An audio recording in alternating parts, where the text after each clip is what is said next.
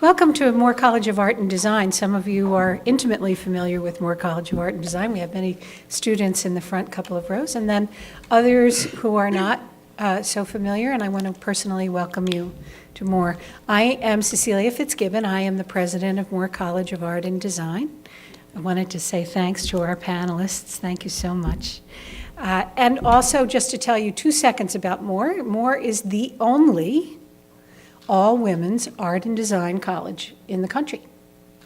And as such, we, people from the industry, the gaming industry, came to us and said, we need a pipeline, we need a trajectory for women who are interested in game art and game development and animation, and we would like you to start a program.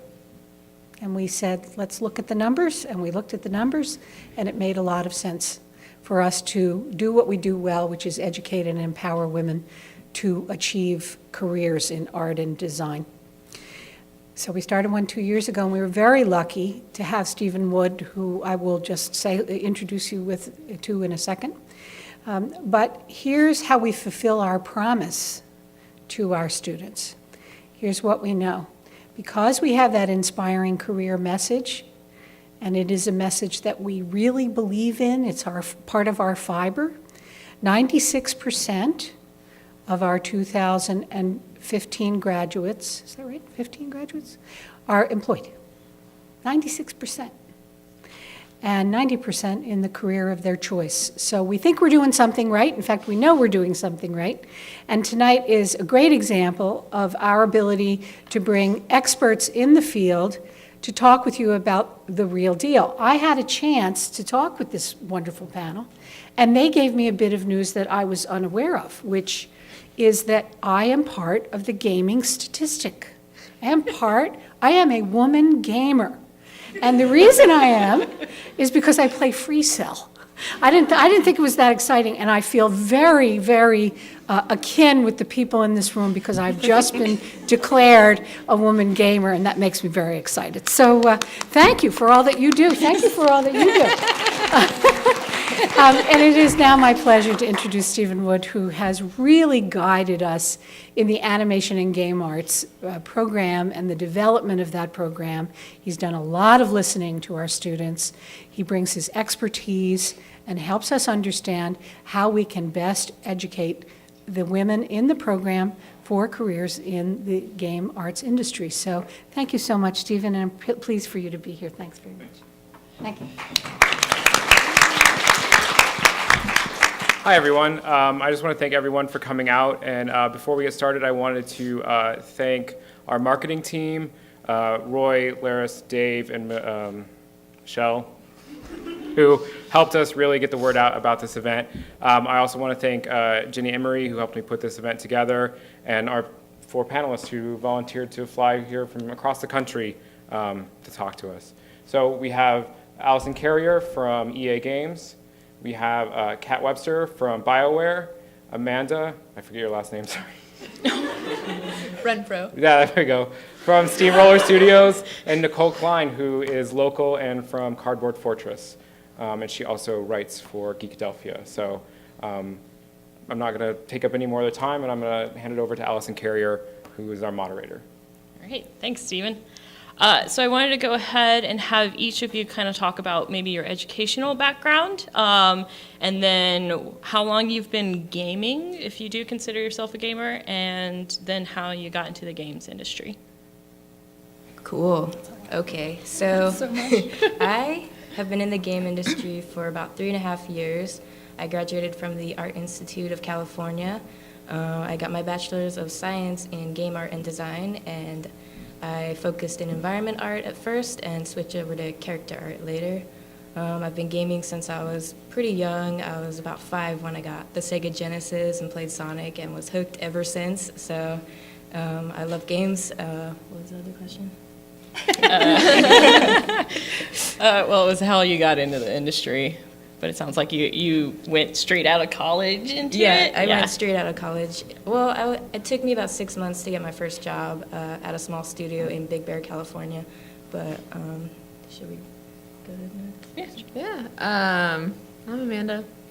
I graduated from Savannah College of Art and Design in the animation department. So originally I didn't see myself in games. However, I did start off with Zelda, Ocarina of Time on N64. That was my home in peace. And after college, I actually went into a small studio in Tennessee, just outside of Nashville, and I did some TV and commercial work, and then saw Tomb Raider, and I wasn't really happy with working in commercial, and I was like, I need to have more fun. So thought I can go into the game industry, and I found these wonderful group of people in Florida, and I am currently at Steamroller Studios. I think I ended that right. I started gaming when I was like 3. My mom would bring a milk crate to the arcade, and my first love was Centipede. I got a degree in international area studies, and then I started working at Drexel, which is where I got my degree, and then I got a degree in English, and now I'm getting a graduate degree in library sciences because I just can't stop going to school, apparently. My great love has been writing, and I started writing about games in 2010, which really got me a lot of connections in the industry, and then about 4 years ago I started making board games. That's a really long story, sorry. You beat me. So you kind of touched on this just a little bit, but what was the game, the quintessential game that made you decide, all right, this is the career that I want to make for myself? Okay, cool. I'm going to sound pretty old school here, but when I was in 6th grade, there was one of the first MMOs that was ever made, Ultima Online. I don't know if any of you guys have ever played that game or heard of it, but it's like this massive, expansive world where you can make a character, customize your character, and you can go around doing pretty much whatever you want, killing people or taming dragons to kill people, or pretty much, yeah. But this game really fueled my imagination. It was a fantasy world, so I kind of got obsessed with fantasy and dragons and monsters and knights in armor and stuff. So this really inspired my art. And it kind of pushed me towards getting a career in video games because I was obsessed with this game and I played it every day, and yeah, I just love doing what I do, so that's pretty much it. Awesome. Ultima. I've always played games, but the career moment that clicked was when I was looking at, it was Tomb Raider, and the 2013 released one, and I was staring at Lara Croft's face, and I said, wow, this looks like feature animation quality. This can totally amp up the game industry everywhere with this new attention to animation and motion and acting. And I was like, I really feel like this could be my place where I can apply these skills, because I've always been interested in facial animation, into the gaming industry and improving the quality that's there in new and upcoming games. And yeah, so I'm actually heading in that direction this year, but I'm done. I don't know if I ever really had that moment. I was a big writer when I was a kid, and one of my favorite games, like Kat was saying, I really love fantasy games, and I feel like Battle of Olympus was my first. It's so nerdy. It's like a game about Orpheus and Eurydice on the Nintendo. Yeah. so good.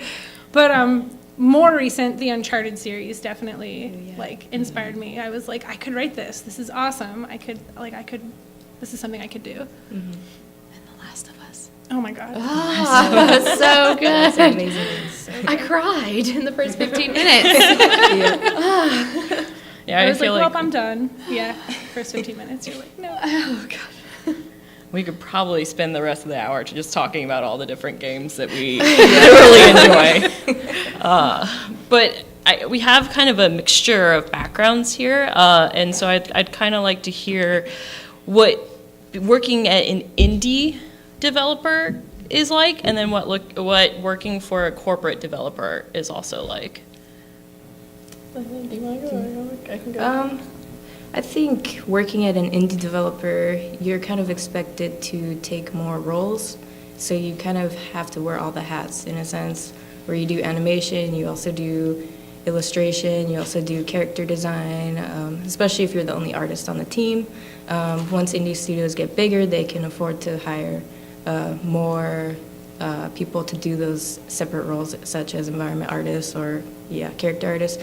But as working at a AAA studio, you kind of want to pinpoint and find what you really want to do as far as if you want to get into concept art, do you want to go as an environment artist? Even Naughty Dog has separated environment modeler from environment texture artist, so it kind of, your role changes as the studios get more money, I guess, so that they can pay different niches or different talents. So that's what I think. Yeah, just kind of writing on that. Like Steamroller Studio started 2 years ago, and I happened to have the opportunity to start from the get-go with these 4 other guys who 3 of them are industry film vets, and they're like, we're ready to do our own thing, we're ready to create a game. And so they hired me on because of my animation work, but they said, we don't really need you right now, but we need a production manager. So I became their production manager. I'm still their production manager, but I also do their animation work. But you'll find yourself throughout the time and different projects that are being pulled in. I became a comp artist for 4 months, and I was like, I kind of know how to do this. I'm not 100% sure, but if you guys can guide me and just direct me art-wise, I can figure out the tools, I can figure out the systems. So the more that you know about different programs, even if it's just bottom line basics, you can learn it. Believe in yourselves. Have the confidence. There's the internet is just a big world out there with tons of tutorials. So it's a really awesome opportunity to be able to apply different hats at any given moment. So. Yeah, I mean, all of that's true for board games also. My boyfriend and I started our company last year, but we do everything. We design the games, he does all of the art, and I do all of the writing, but we also, we book all the trips, and we have to do all the, footwork for that. We have to do all the marketing, which is the worst. So, marketing is awful, especially Kickstarter. You ran a Kickstarter, oh my right? God, yeah. Yeah, we the did Kickstarter too. was so hard. Yeah. I was telling someone today, they're like, I'm going to run a Kickstarter. They're going to run a Kickstarter, and they're like, they're like, one of us is going to be at home during Gen Con so they can run the Kickstarter. I'm like, no, you can do it on your phone, but that whole month is just going to evaporate. So don't worry about it. But in the board game industry, it's really tough because a lot of people design games and they're not artists. And so a lot of them will go to companies and be like, hey, I have this idea. And then the company will be the ones that hire the artists. So people, we're really lucky that we have an artist. People are always like, oh my God, who did your art? Someone asked us who we paid to do the art on our Kickstarter, and we were like, ha, ha, ha, ha. We laughed so hard. But yeah, and also about learning software, we ended up getting a publisher. We got a publisher approach us the first week of our Kickstarter, and they wanted to publish our game. And they're like, okay, we need you to do the rules in InDesign. We were like, well, what's that? So we had to get InDesign and then learn how to use that, so. Yeah, and that's another thing about indies too is budget. Times are tough. Times can be very tough. But that's where you just kind of have to work it through. And that's where, your extra skill sets do come in handy. And everyone's just so willing to help out in the indie community. It's incredible. It's honestly one of the best communities to be in is games in general. Also, you'll want an accountant and a lawyer. Yeah, I totally agree on that. And you can write them off. Yeah, and indie games are really hard to make. When I first graduated from college, I wanted to get into indie game scene. Me and my brother is a programmer, I'm an artist, so we wanted to redesign a ping pong game. And just starting simple, that game took us a year before we released it on the App Store. It was just harder than you would expect it to be. Although it's super rewarding because we had to learn so many new things. He built up the engine from scratch, which we probably shouldn't have done, but it was a learning experience. I had to do all the user interface, which I don't ever touch that anymore. Yeah, and it's just you run into problems that you'll never run into working a 9-to-5 industry job because you have your role and you have that set role and you're going to be doing that every day for however long you stay at the company or until you move up in the company. But I just think that's a big difference of indie and AAA studio work as well. So. Do you think it's easier to start in corporate once you get out of college and then go to indie, or is it more just whatever your flavor is? What do you think? I think that's kind of a toss-up. Like, if you've already been in the industry and jumping into indie, you know, you have that network, and networking gets you a long ways. But you're saying just going straight into indie? Yeah.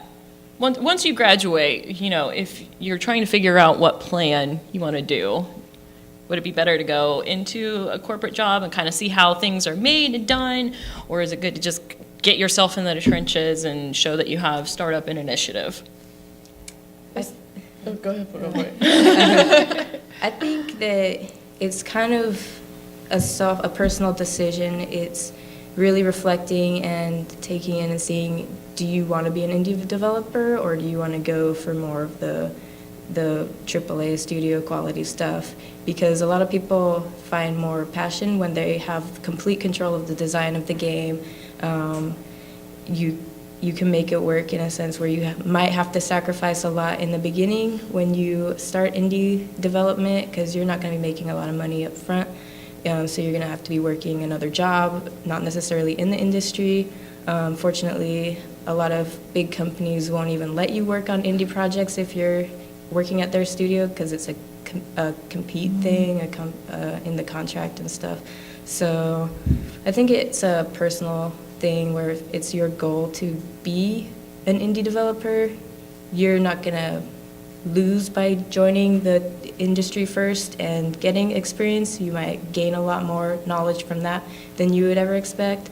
But as far as starting on your own, you could totally do that too. Like, it's up to you guys. You guys are the next generation of artists and gamers out there. So I think it's important for everyone to just kind of decide what they want to do with their careers early on. Anyone else? No, I don't have any corporate experience. No, Nicole, can you describe what designing for board games is like, and then maybe how you might think it differs from designing for a video game? Sure. Designing for board games is super different. My boyfriend and I do everything together, which in itself can be really challenging. I don't necessarily recommend working with your romantic partner.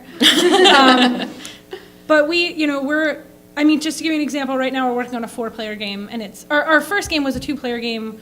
We made it at a game jam. It was almost completely made it was almost completely made in like a month. And then we didn't release it for like a year and a half, to give you an idea of like what development and then marketing and then like, pitching it and all that stuff takes a really long, and making a Kickstarter, like all that stuff takes a really long time. But right now we're working on a much bigger 4-player game, and it's taking us a really long time because we both work full-time jobs, and it's just 2 of us, so testing out a 4-player game is really hard. But I don't remember what your question was. I started talking and then forgot. No, it's okay.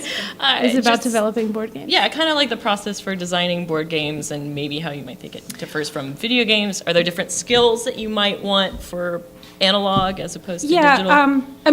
We have lots and lots of friends in the board game industry now, and we found that everybody does things differently. Some people are like, I have this theme that I really, really love, and I want to make a game out of it, so I'm going to try to find a mechanic that works with this theme. And other people are like, oh, I have this mechanic that I just adore, and I need to like slap a theme on it. Mm-hmm. And still other people are like, there's this board game that I love, but there's one thing I hate about it, and I'm going to remake that game in a different way and change that one thing I hate. I'm going to improve on it, which actually happens a lot in the board game industry. But I don't really know how it compares to video game development. I feel like video game development. I feel like video game development takes a really long time. I don't know anything about it. It seems like it's like really difficult. I mean, like Kat was saying, it took you guys a year to make that game. Yeah. Like, that's a lot of time. Yeah. Were you guys doing that full time, or were you doing it like? We were kind of off and on. We kind of went through bursts of really passionate and let's do it, and then we went through waves of, I don't want to touch this thing anymore. Right. We're just going to give up. But we ended up getting it on the App Store and everything, and got like nobody playing it. So we didn't have a strong marketing teams, which is another thing that you have to pay attention to when you develop indie games too. Yes. Like, we started working on Kobolds 4 years ago. And once we started making, that's our 4-player game that we're still working on. We made Resistor in August of 2013, and it came out in stores in October of 2015, to give you an idea of, like, the trajectory of that. And then so, like, we didn't work on Kobolds very much while we were, like, really intensely working on Resistor. And now that we're done Resistor, we're back to working on that. But we also have, like, 5 or 6 other games that we're working on. And some of our one friend, I mean, he can make a game in 30 minutes.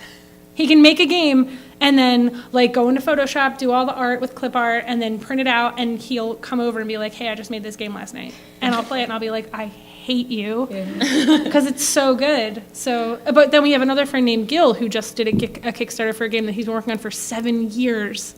Like, 7 years. That's, right? That's like a really, but it was phenomenally successful. He made tons of money, and a few years ago he quit his full-time job and does this full-time now. So that's been like, yeah, so that's the dream, is to be able to quit your day job. Just as a note, typically mobile games, if they're being developed in the corporate world, take about 2 years. And then your AAA games, so your Uncharted's, your MMOs can take anywhere from 3 to 7 as a timeline. Yeah. So for our artist, what drew you to 3D art as opposed to 2D art, and what kind of skills did you have to accumulate to bolster up your portfolio for games? Well, it was kind of interesting in the beginning because I had no idea that 3D art was a big thing, and I love sketching, I love drawing, so I thought I'd be a concept artist or an illustrator. Once I started going to school, I got guidance, and I learned the software that I needed to know.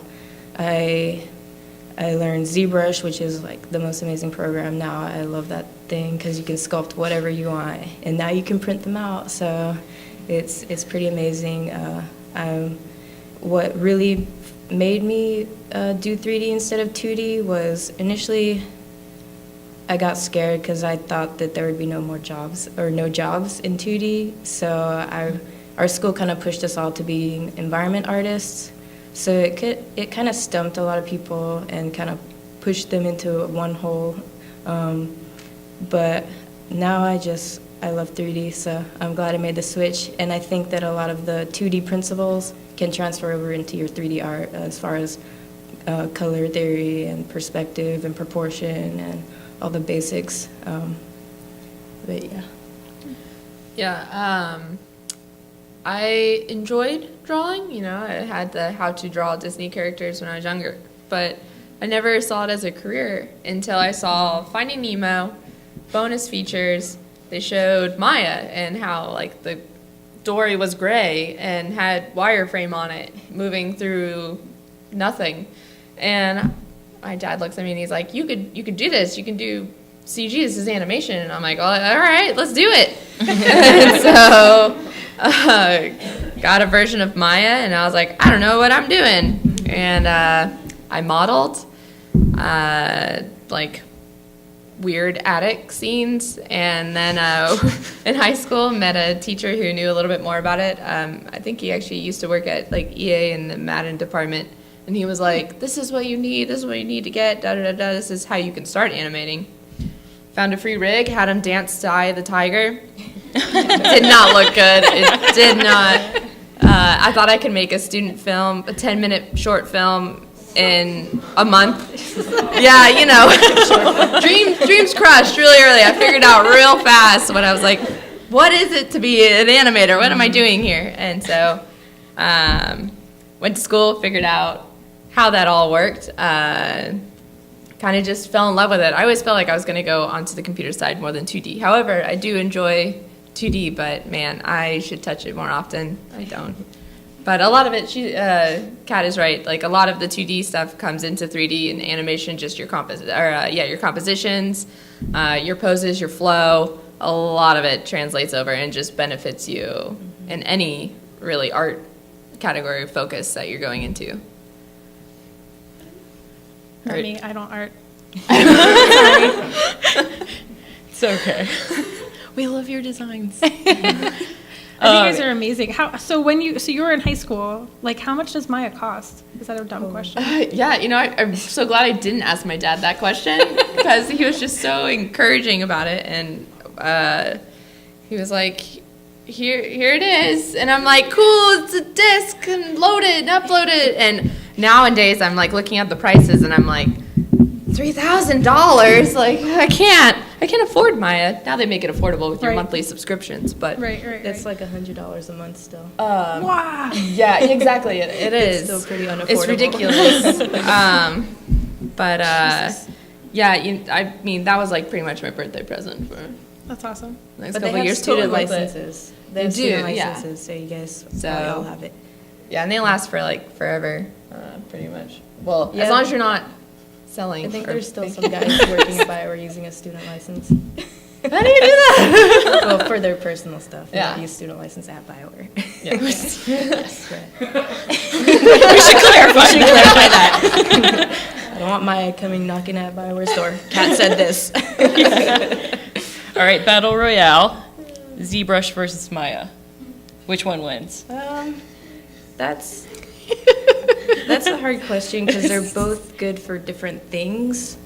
I prefer now to work pretty much solely in ZBrush. They have a lot of strong modeling tools. They added some pretty useful box modeling tools as well. I still go back to Maya if there's some simple shape that I need to get really quick, but ZBrush primarily for me. I feel like Maya is more an animation software now, so it's very useful for doing. It's also useful for doing hard surface modeling. ZBrush super organic. You're sculpting muscles, and you want to have that feeling of a painterly or clay or stuff like that. Where Maya's you're moving vertexes around and matching to a picture precisely. But as far as animation go, always Maya. Maya's way better. ZBrush doesn't even do animation. Yeah. So, yeah. I've been in ZBrush for like 2 days. I was like, I'm gonna self-teach myself. I'm gonna teach Yeah. myself this because I got this Cintiq pen and I want to sculpt things.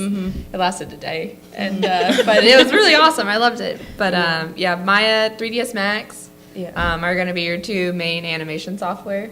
But for Deadwood, I work next to our modeler, and he loves ZBrush, and we're like, but Deadwood's our in-house game. It's like all wooden characters, and they're hard surface characters. Just follow the drawing, follow the concept, and we're like, we don't really need ZBrush because you're not sculpting too much. But they Yeah. both have like huge pros and cons. Yeah, because ZBrush is definitely more for the higher resolution meshes, where Maya is very precise, low poly. Unwrapping is all done in Maya or 3ds Max. I don't really do that in ZBrush.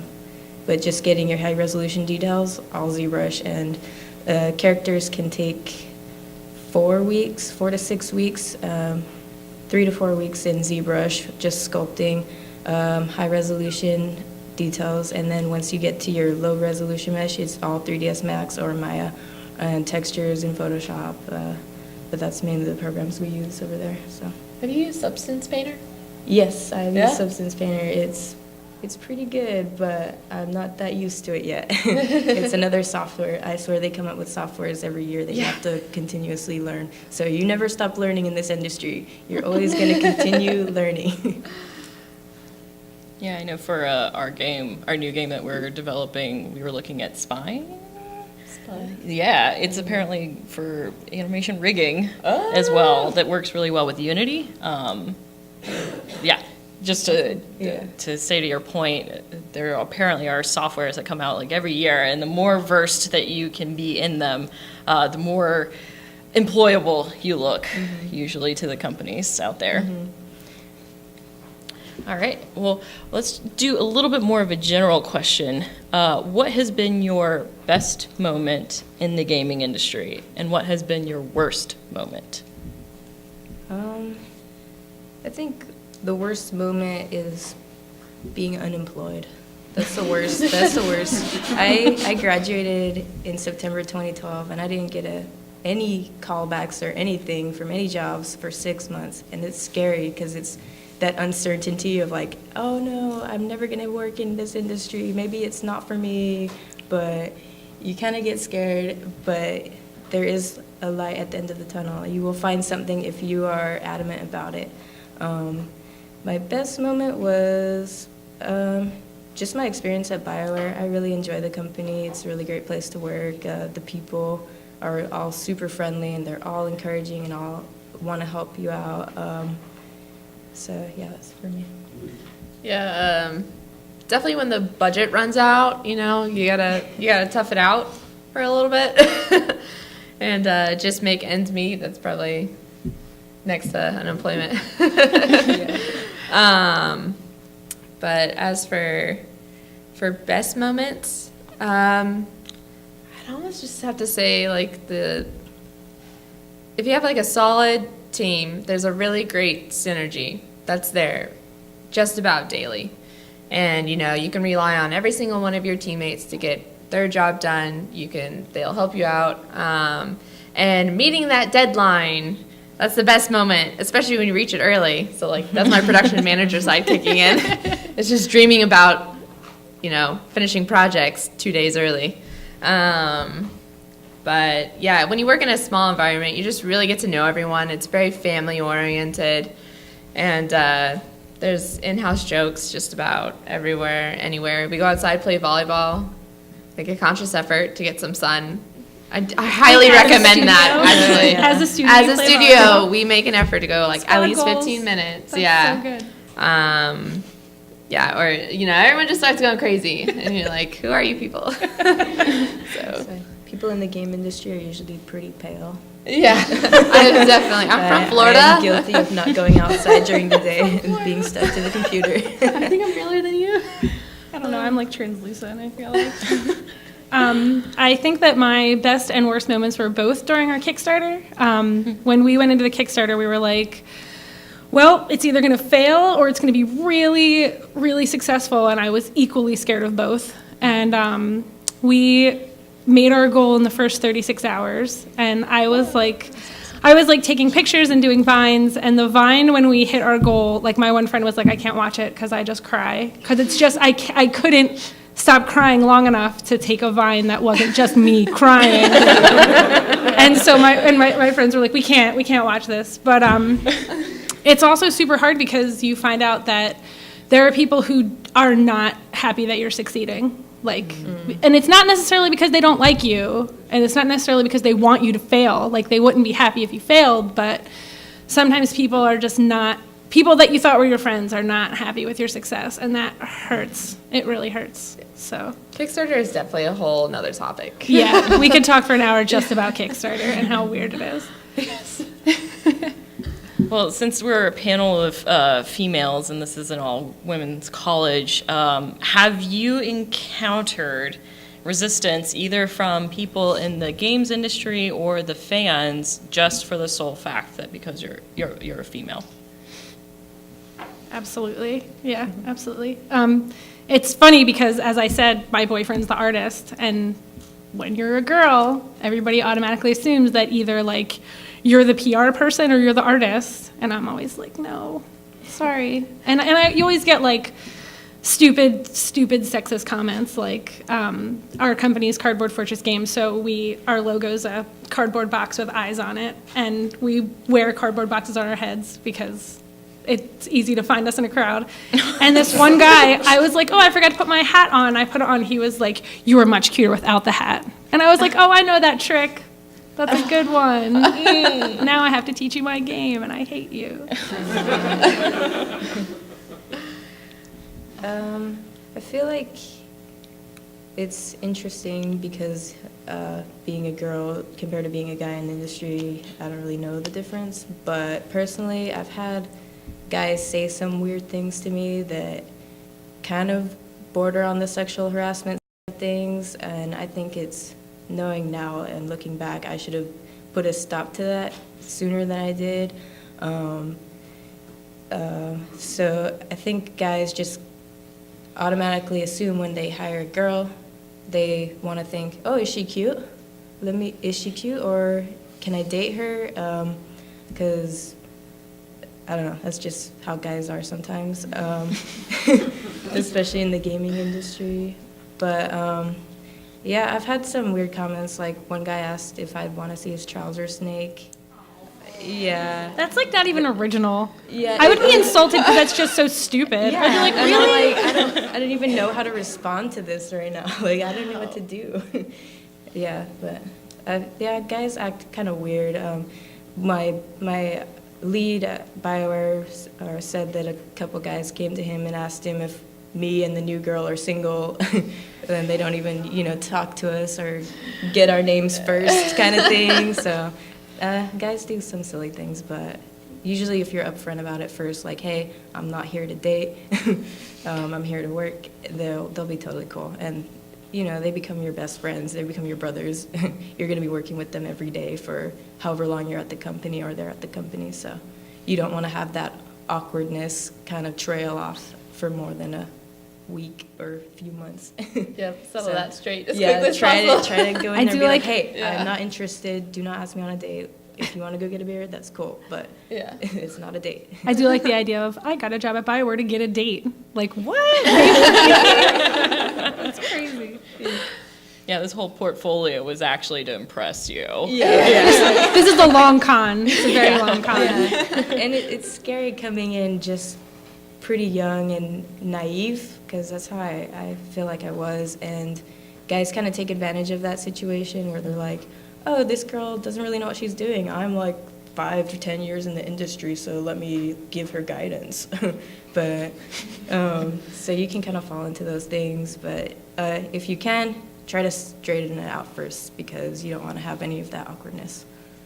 Yeah, and like I've ran into a couple of those occurrences. It's just a thing. Yeah, just slide it out straight away, Yeah. and like everyone becomes your brother or sister at some Yeah. point, And but an interesting thing that I kind of wanted to bring up was like earlier in my college career, you get assigned. Well, you don't get assigned, but you can get brought on to different student films.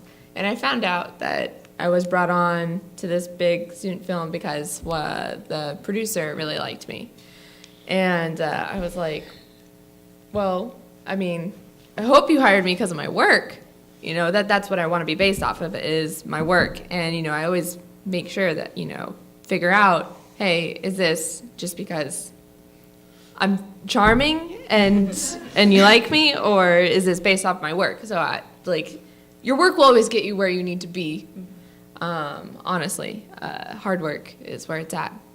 But as a woman, you always kind of have to wonder, am I hired because you want to date me, or because of my work? And just make sure you do straighten that out, and just make it your goal.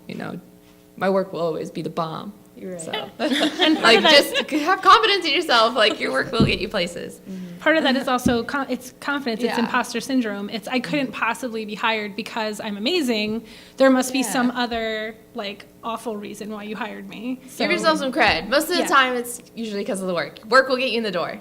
So, The work will get you noticed. Yeah. Usually companies will be like, oh, cool, a girl, let's, see what she has to say. Exactly. And if you're on the same level as a guy's portfolio, they'll usually favor the girl a little bit more.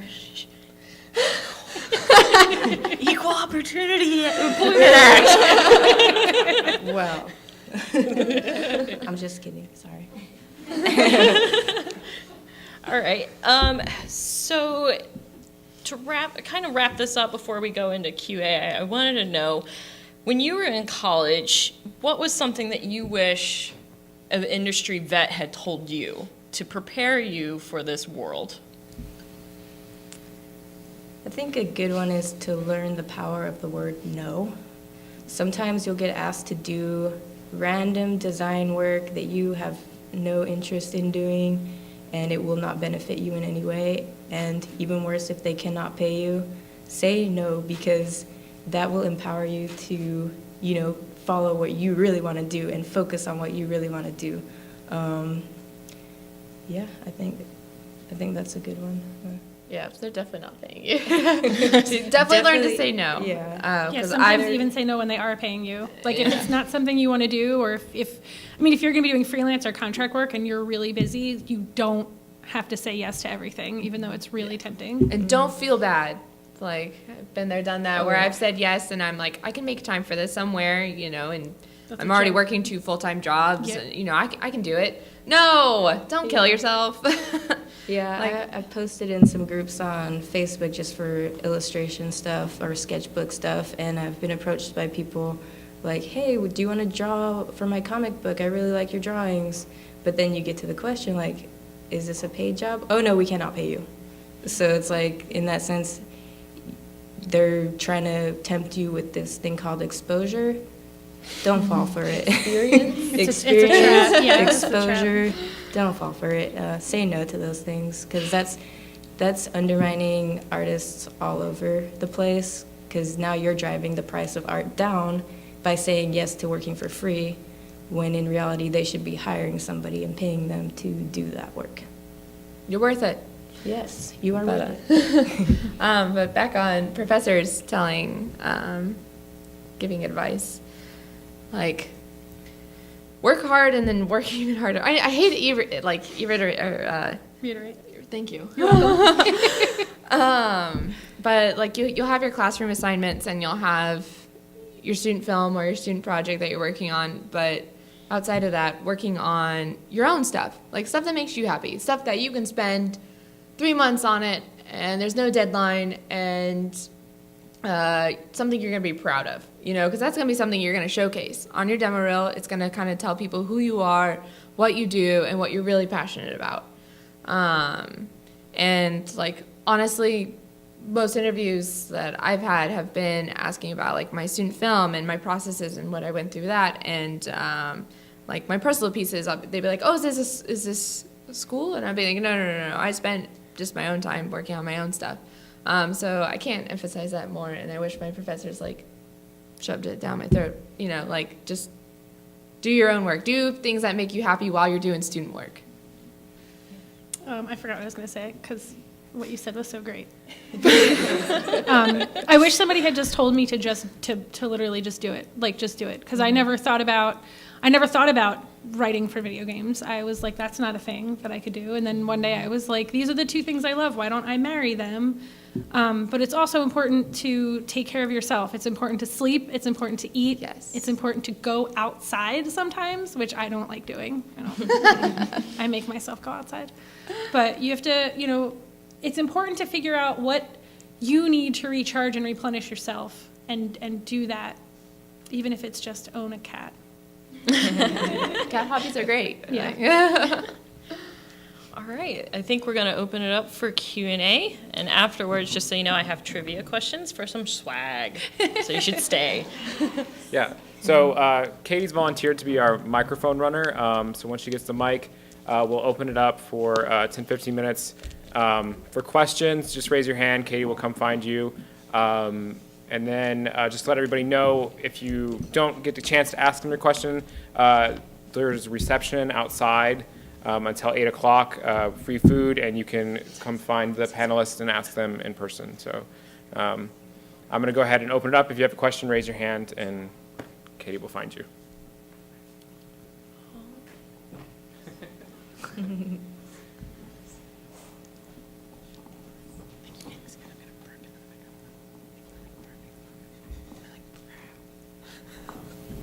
Hi, I was wondering if for any of the panelists, like before you kind of got into the industry, you had any sort of like hesitation and were maybe thinking about other backup plans or other types of industries that you were thinking you could go back to if the gaming industry didn't work out, specifically because you like had any hesitations about the environment for like women?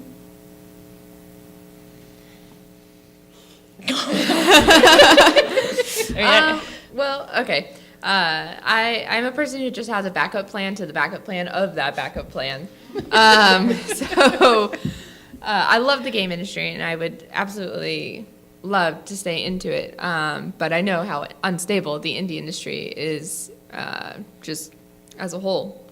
But no one on our team ever plans on stopping it. It's just a matter of making sure that my funds are covered. So I always try to make sure I have something either lined up or people I can call in order to keep me happy at my studio. So, but I missed the second part of that question. I guess for me, I was interested in like whether you had any hesitation of kind of staying, or before you were in the gaming industry, if you had any hesitation in entering it because of sort of like anything you'd heard or something about like that, or something about like that about the environment for like women especially. Yeah, actually, yeah, go for it. I did have hesitations at first. Like, my first hesitation was, am I gonna be a successful artist in this industry? Because you always hear the bad connotation of the starving artist thing. So I was looking at school for accounting and doing just math stuff, and oh my God, it's so boring. It's so boring. So I went through with the art thing. I think everybody has those doubts, those doubtful feelings. I also thought, oh, well, here are all these guys who are hardcore gamers, and I don't feel like I'm a hardcore gamer anymore. I don't play video games. I don't go stand in line for the next Halo release. So I think self-doubt is a big thing, but I want to let you guys all know that you guys belong here. So I want you guys to feel comfortable, and you guys all have something to offer to this industry, whether you don't know it yet or you're still trying to pave that pathway. I think it's something that you guys have to find, and that's self-reflection and stuff will really help. And just do what you got to do to get in the industry, because that'll make you happier than going and doing accounting or something boring like that. Yeah. I'll talk to that a little bit. So originally I was in the advertising industry for a few years, and that really burned me out. And I had a very long freelance contract that allowed me to think what I actually really wanted to do. And I had always considered myself a geek and a gamer, and I consciously decided to go into the games industry knowing how tumultuous it could be. And I told myself it's going to be a long and bumpy road, but if people like me don't start entering in that sphere, it's not going to change. Like, the impact that we can have is much greater, if we even start just swarming in. So I kind of kept it in the back of my mind that, yeah, I was going to encounter a lot of resistance, but it's going to be worth it, because 3 generations from now, we're going to have all sorts of walks of life, diversity, and inclusivity represented both in games and in the industry. So it's kind of just making sure that you help pave the path for the future. Mm-hmm. And Yeah, we I always need more totally girls agree in with the that. industry. So. Yeah. Yes. It's not going to change if we all leave. I mean, the Right. best way to make sure that it changes is to stick around and make sure everybody knows that you're not going anywhere. Yeah, you kind of have to get balls of steel. I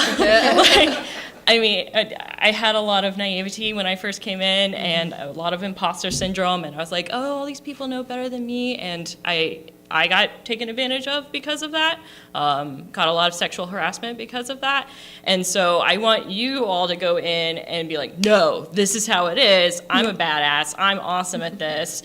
And don't let anyone tell you otherwise, because they hired you to be there for a reason. And so you should just be there to do your job and never doubt that you can't do that. Like, there should never be, we've all talked about situations where we're like, did we just get sexually harassed? Like, that should never be a question. It should be like, holy crap, you just sexually harassed me. Nope.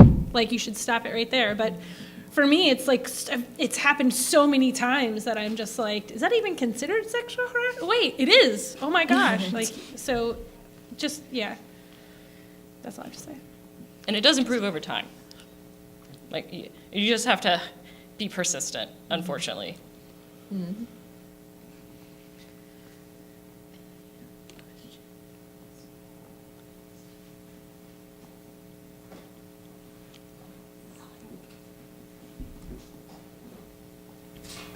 Did any of you guys take any like programming or computer science courses in your education? Fortunately, no. I didn't. Oh, they touched a little bit on programming.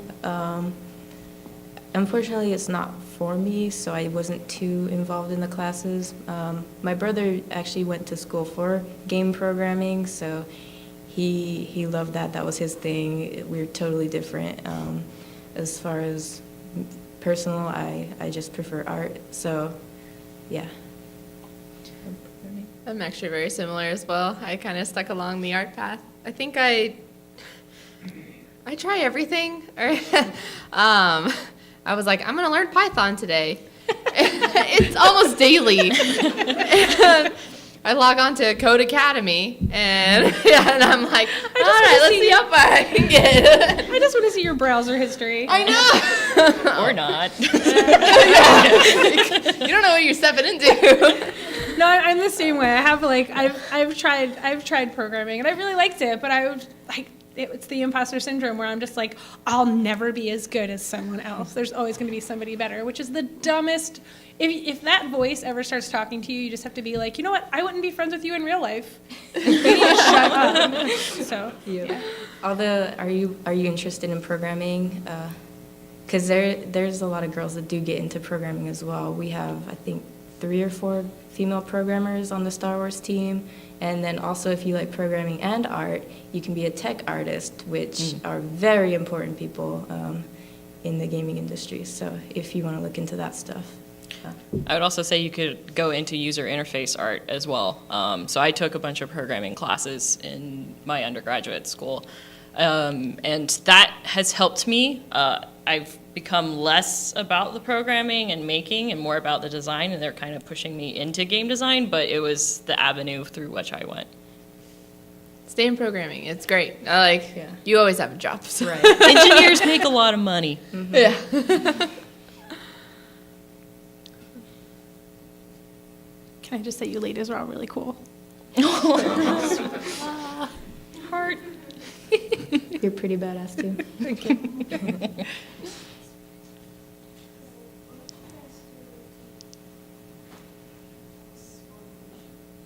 Sorry, we can't hear you. I think. So, what would you guys do if you like lose motivation? If you lose motivation. That's an awesome question. Ooh, that is a common theme of an artist. Yeah, my best motivation is like 3 a.m. on a Tuesday. And you're like, why can't I just die now? So, I mean, you're going to lose motivation. You just have to, like, slog through it. That's what my experience has been. Yeah. Like, you either, that either means that you need to take a break, maybe for a couple of days even, or just, like, push through it. Yeah, or, like, one of my go-tos, if in animation you always hit this really, really ugly phase, and you're like, why am I doing this? Why do I have a job? But I usually go and, like, I'll go talk to my lead. He's usually very motivational. Hopefully you guys have, like, a positive to negative kind of supervisor that helps you out. But I also look at other works that I, like, extremely admire that are in the feature animation industry. You know, I'm a big fan of Tangled. I'll go in there and you'll see me at my computer framing through Rapunzel's face or Flynn's face, and I'm like, it's just so good. And you know, it just reminds me why I'm here, why I'm doing this, and why I love it. It sounds magical. It's just so beautiful. Yeah, I think if you lose motivation, it's important to try to find that source. If you're unhappy with what you're doing as far as what path you've chosen, you don't like 3D, or maybe you should look more into doing concept art, or sketching or illustration, or maybe you just need to take a step back and take a break for a few days and then get back into it full swing. I think one of the hardest things for me personally doing my personal projects is opening the program on the computer. The startup cost is so much harder to do than actually getting into it or doing it, because I can spend 8 hours easily on one model, but going to start up that Zbrush program will take me 8 days. It would take me 8 days. It's very true. Yeah, and if you work in the industry, you're just going to have to produce work that you may not necessarily be 100% behind. And that's because of deadlines, because of budget, because all sorts of different factors. So you just have to keep the hope that the next thing that you're going to get to create will be more to the standards that you're looking for. There's always a light at the end of the tunnel. And I think once you're in the industry, you're surrounded by people, or even in school, you're surrounded by people who are like-minded and all want the same goals.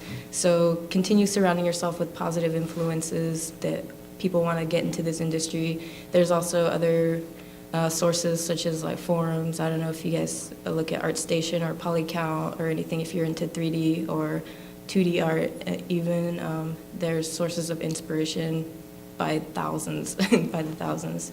So Are there IGDA art SIGs also? probably, I don't know. I think we have a chapter. Okay, okay. Yeah, we have a chapter in Austin. We do. Yeah. I need to get into it. Yeah, on that topic, there's usually a lot, especially in the game industry, meetups everywhere. Like Florida, we have one called Indienomicon. And it's just a whole bunch of developers. They meet once a month. Some showcase their game, some just talk about it. Most of the time, it's just us talking to each other. And it's hugely inspirational because it's a lot of people working on their own projects, and it's just so fun to hear all the different ideas. So I would definitely see if you have some in your area. I'm sure you do. In Philly, we have Philly Dev Night, which is every Thursday, which I'm sure most of you have at least heard of. And then for board games, we have a thing called the Game Makers Guild Philly, which meets twice a month, trying to meet 3 times a month. So those are groups. Yay. Do you guys have a women in games thing here too? Wiki. Here? Yeah. Women. We have there's like a lady hackathon. I was running a group called Girl Geek Dinners, and that has just fallen kind of to the wayside. Don't take on too many projects. That thing that I said about don't take on too many projects. That was just like a lack of interest. We were on Meetup, and I don't know if you guys know this, but Meetup charges money, which really sucks. Did not know that. Meetup charges like $80 to $100 for every 6 months. And I decided to go from a free meetup to a pay meetup, and we had like 600 people in the meetup, and I was like $5 a year, and by the time the month, like the period expired where you could make that decision, we had 48 people in the group. And I was like, are you kidding me? So that was super disheartening. And then since then I've gotten really busy, and I did a call out to see if I might want to take over the group, and nobody's wanted to, so anybody wants to take over Girl Geek Dinners? All right, let's try and get one more question in, and then trivia. Hi. I'm Ray, and I just wanted to thank you all for being here and giving us your insights. I don't know if you already know this, but IBM Japan announced that they're about to do alpha testing on a VR game based upon Sword Art Online, a novel. I wanted to see, what are your thoughts on VR gaming? Is it going to be a thing, or is it just a passing fad? And is it much different from traditional game design? That's a really good question. I know. Yeah. I had a toss-up with the whole VR thing. I think it's great. I think it's amazing what it could do. But I'm just terrified of it. I think, it's such a new thing that's still developing, and I think it has a lot of potential. There's a lot of developers that are going strictly VR. Personally, I tried one of the old ones, and it made me dizzy, so then I was off-put in the very beginning. But I think it does have a lot of potential because they're fixing out a lot of those smaller bugs that cause dizziness. I've seen the Skyrim VR video and stuff, so I think it'll be cool to finally be able to immerse yourself in those worlds completely and wholly. So I think it's developing, so it's hard to say. Silicon Valley's going crazy about it. Sorry. A lot of the big developers are doing programs for VR right now. And that's one of those industries that if you do a lot of specializations in VR technology and code, can actually translate beyond the gaming industry. I know people who are developing VR apps for real estate right now, or like all sorts of different things. Yeah, so it's a very exciting technology that some people are grokking onto a little bit more so than other publishers. But there's always going to be the traditional gaming, and then there's always going to be brand new technology type of gaming as well. Medical and military Oh, yeah. simulations. Yeah, so they're. cool. I mean, that is where it's gonna be beautiful. It's Yeah. gonna thrive there. It's gonna be awesome. But I think it's just going to take one big hit for it to really take off. But it's coming. yeah. I feel like it's coming. All right. I actually have a couple questions from online. Oh, right. Cool. Okay. It's the streamers, right? The people who are, yeah, okay. I forgot about that. I forgot there were more people. They're watching. They see us. Online, Camera's right here. wants to know what's your dream IP that you could work on. I'm hoping you guys know what IP means. Yeah. Yeah. IP means intellectual property for people who don't know. And that's what we would call in the industry like Uncharted or Yeah. Last of Us or Call of Duty.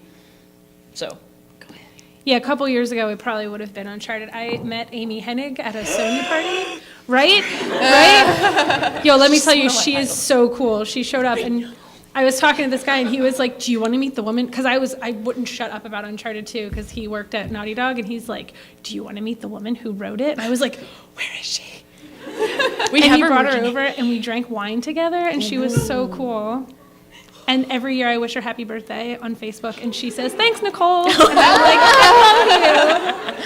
So and when she left Naughty Dog, I was like heartbroken. But she's been a huge inspiration for me with writing, and I think that if I could write anything, it would be Uncharted. Or, if Naughty Dog decided to take Crash Bandicoot back, I would be all over that. All over that. Mine would be probably Eidos and on Lara Croft and on her face. I'm going to mocap clean the shit out of her face. I mean, come on, guys, it's so appealing. It's getting to where it's just, you can almost do anything with it now. So that would be like my dream is to mocap clean Lara Croft's face. So specific. It's so specific. So good. No, I feel kind of lucky that I got into AAA Studio pretty quick. I feel like there's a lot of games at BioWare, including Dragon Age and Mass Effect, that you have potential to work on those big AAA next-gen games. So I like where I'm at, so cool. I would say that I would love to work in the Assassin's Creed world because I'm a big history buff and action adventure person, and the fact that they just go and do all that research of those buildings and then create them exactly the way that they are in game, I don't know, that would be a dream for me. Like, There's so much nerd sexy about Assassin's I know. Creed. It's like unbelievable. and the costumes are just amazing. Like, I even overlook really terrible mechanics and bugs because of it. It's so beautiful. So another question is, has working in the game industry lessened your passion for playing games?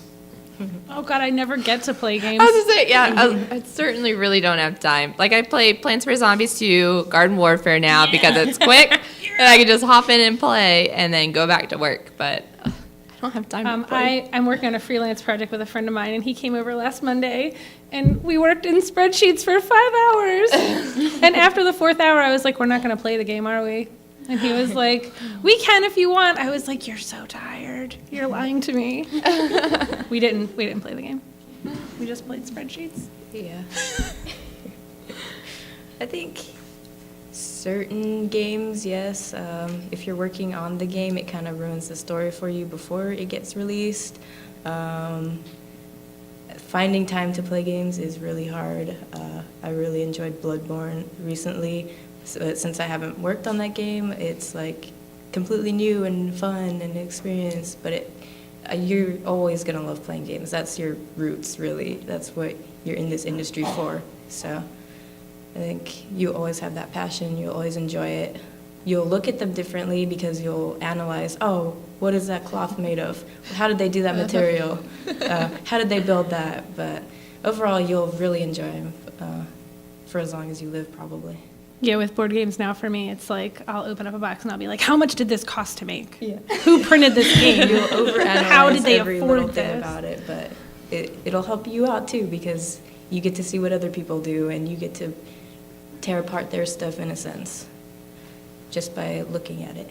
But Yeah, I always like to say there's a difference between having a passion for playing games and having a passion for making games.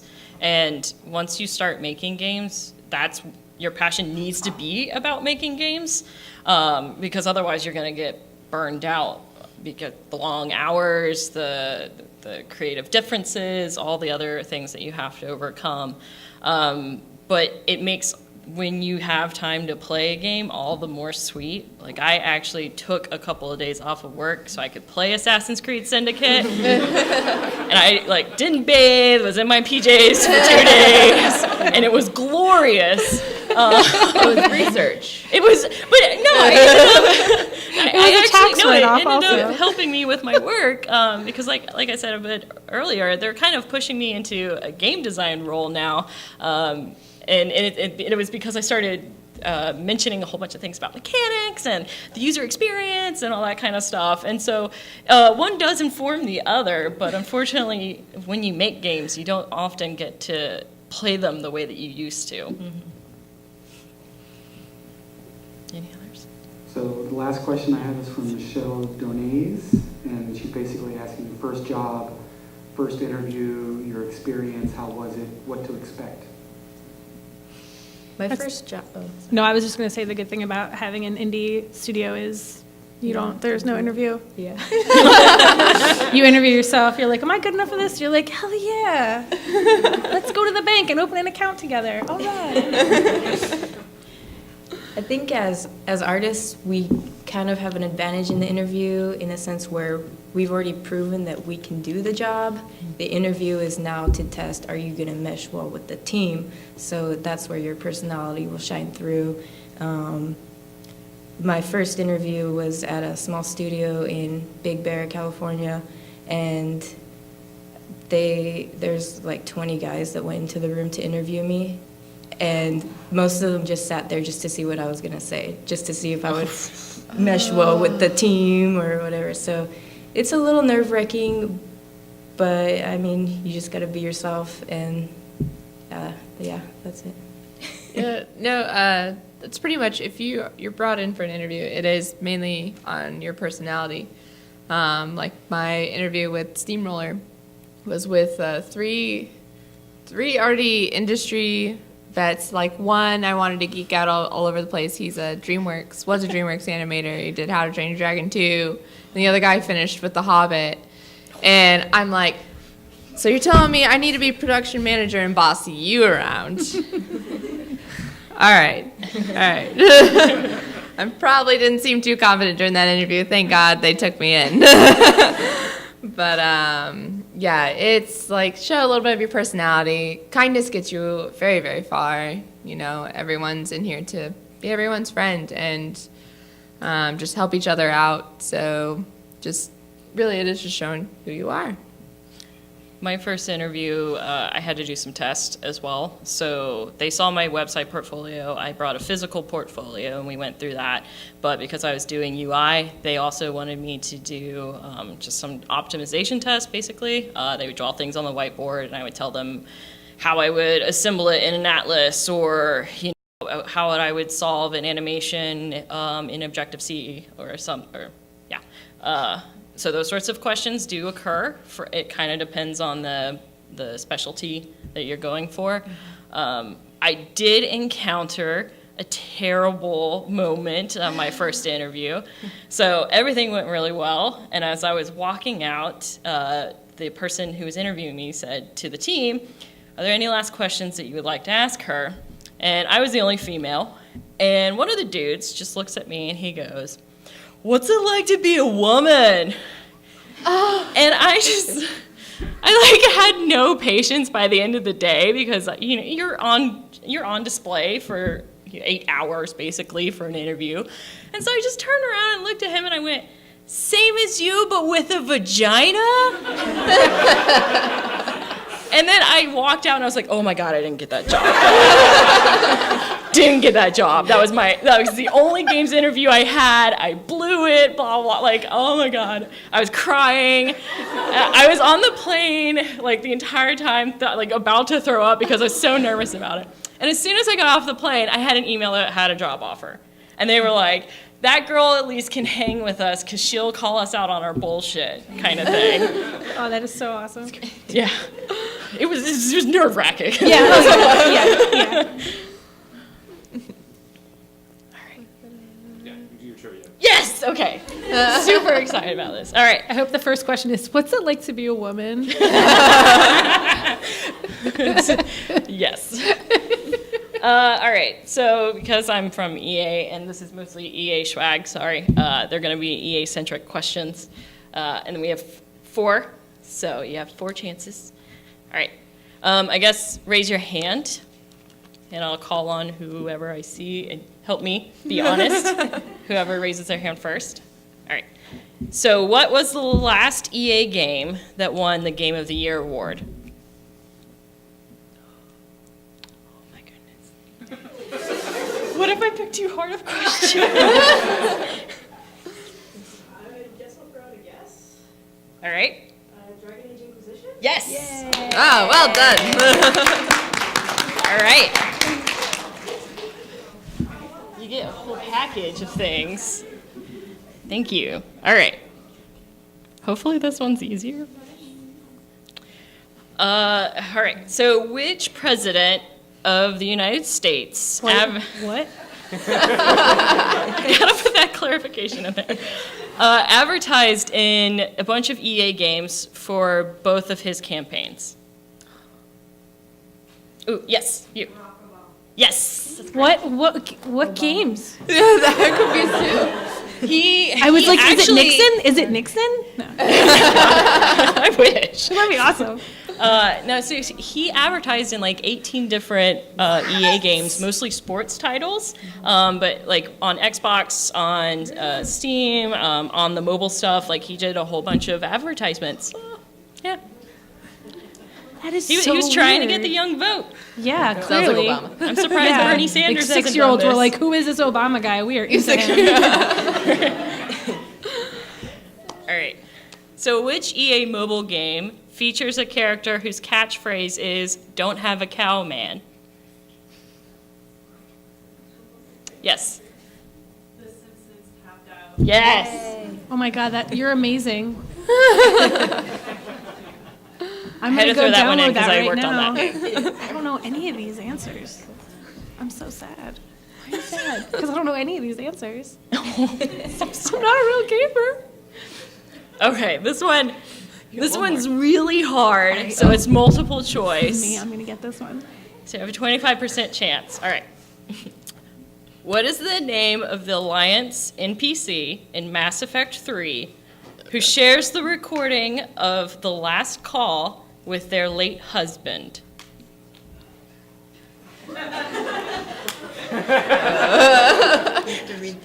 Oh yeah, all right. I was just ready to mic drop and walk away. All right, I have A is Steve Cortez, B is James Vega, C is Ashley Williams, or D is Dr. Karen Chakwas. Yes. Yes! Huzzah! I was gonna say D. I totally was gonna pick D too because it's a cool name. Because the doctor sounds like You missed somebody. they would leave a voicemail for their ex. They What definitely leave voicemail. happened? I can't even remember what the thing was now. Yeah, so that scene is super sad because Steve Cortez is like, I was calling my husband and telling him to leave the planet as the Reavers were attacking, and then I heard him dying, and this is my last recording of him, and it's like, ooh, I'm so sorry, Steve. Is it worse than the Last of Us intro? Okay. I don't know. Oh. A child died there. I didn't see that coming. I was like, wait, who is this girl? Oh no. I'm attached. Don't do it. I do have some other swag if you want to come talk to me. I've got like some pins and stickers and stuff like that. So if you didn't answer a trivia question, you still can go away with free things. I want to take the time, round of applause for our panelists.